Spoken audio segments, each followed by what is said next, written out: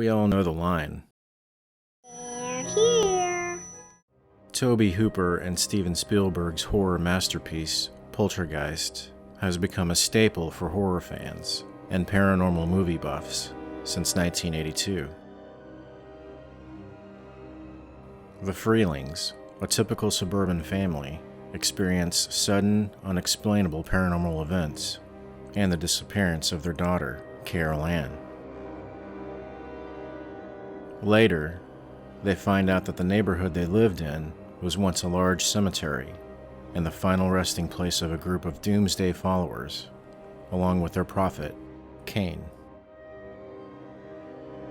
The incredible story of the Freeling family and Poltergeist wasn't just the result of Hollywood screenwriter imagination. It was based on an actual case involving the Herman family in 1958. One of the most well-documented and researched paranormal events took place in a small Long Island town of Seaford, New York. The media, scientists, police, and paranormal investigators all descended on the Hermans' suburban home between February and March of 1958. The Hermans, James and Lucille, Jimmy and Lucy, were a typical American family. On a February afternoon, Lucille waited for the kids to get home from school. As soon as the kids walked through the door, different bottles throughout the house began to pop their lids.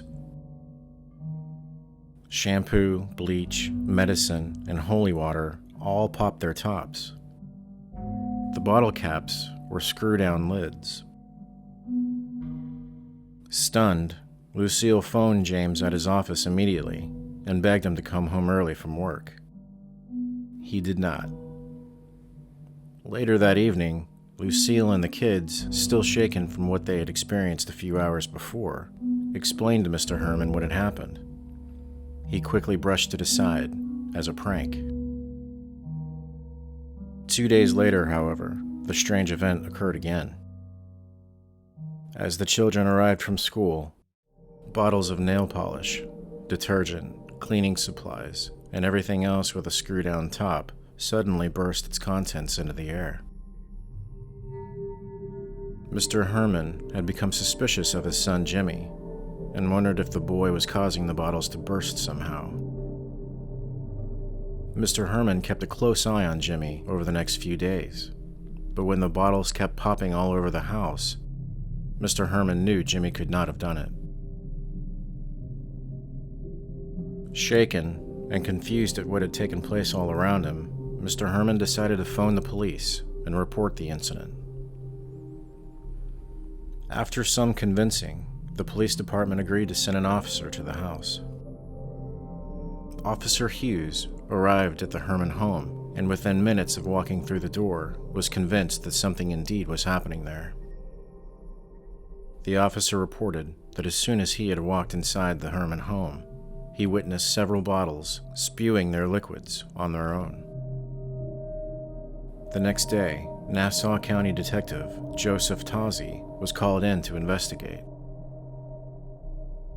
The family walked the detective through the house and showed him each room the strange occurrences had taken place. While he was with the family, the sound of something falling in Lucy's room caught all of their attention. The detective raced to investigate the noise. He threw open the door and discovered a bottle of perfume and nail polish had popped their tops and spilled their contents. As the group was focused on the 2 spilled bottles in the daughter's room, a similar sound of something falling over in the parents' room was heard. Detective Tozzi rushed to investigate the noise and discovered a bottle of holy water the family had been keeping lying in the middle of the floor with its top removed and its contents spilled. Detective Tozzi picked up the now empty bottle of holy water and was surprised to discover it was oddly warm to the touch. By now, word had somehow spread to the local television and radio station that something strange was occurring at the Herman house. Reporters, photographers, and onlookers were beginning to gather daily at the home. A priest was asked by the family to come and bless the house, But only 2 days later, the events would escalate. Detective Tazi, making a follow-up visit to the house, was speaking with young Jimmy in the hallway. A loud crashing sound came from the boy's bedroom. When they looked, they discovered a tall, heavy bookcase had fallen over. A noise from the basement caught their attention.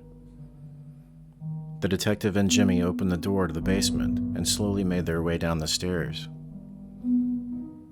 A 100-pound sculpture of a horse that had been kept in the basement suddenly flew across the room and struck Detective Tazi in the legs. Shaken, but not seriously hurt, the two rushed back upstairs. Scientists at Duke University had read the story of the Hermans and became interested in the case. Dr. Pratt and William Roll visited the family and witnessed some of the paranormal events taking place there. Initially, they came to the conclusion that either the disturbances were caused by telekinesis from someone in the house, or indeed, this was a case of a true ghost, a poltergeist. Both scientists Pratt and Roll witnessed what would be the end of the paranormal activity in the home. As quickly as the disturbances had begun, they suddenly ended. 67 separate paranormal events took place in the home from February to March of 1958. No definitive explanation was ever provided. Life returned to normal, and the case was forgotten over time. But 16 years later, only 5 miles away from the events that took place at the Herman home, another case of paranormal activity would make headlines and capture the world's attention.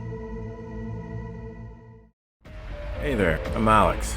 If you like this content and would like to see more, go ahead and hit that like button and subscribe to the channel so you won't miss what comes next.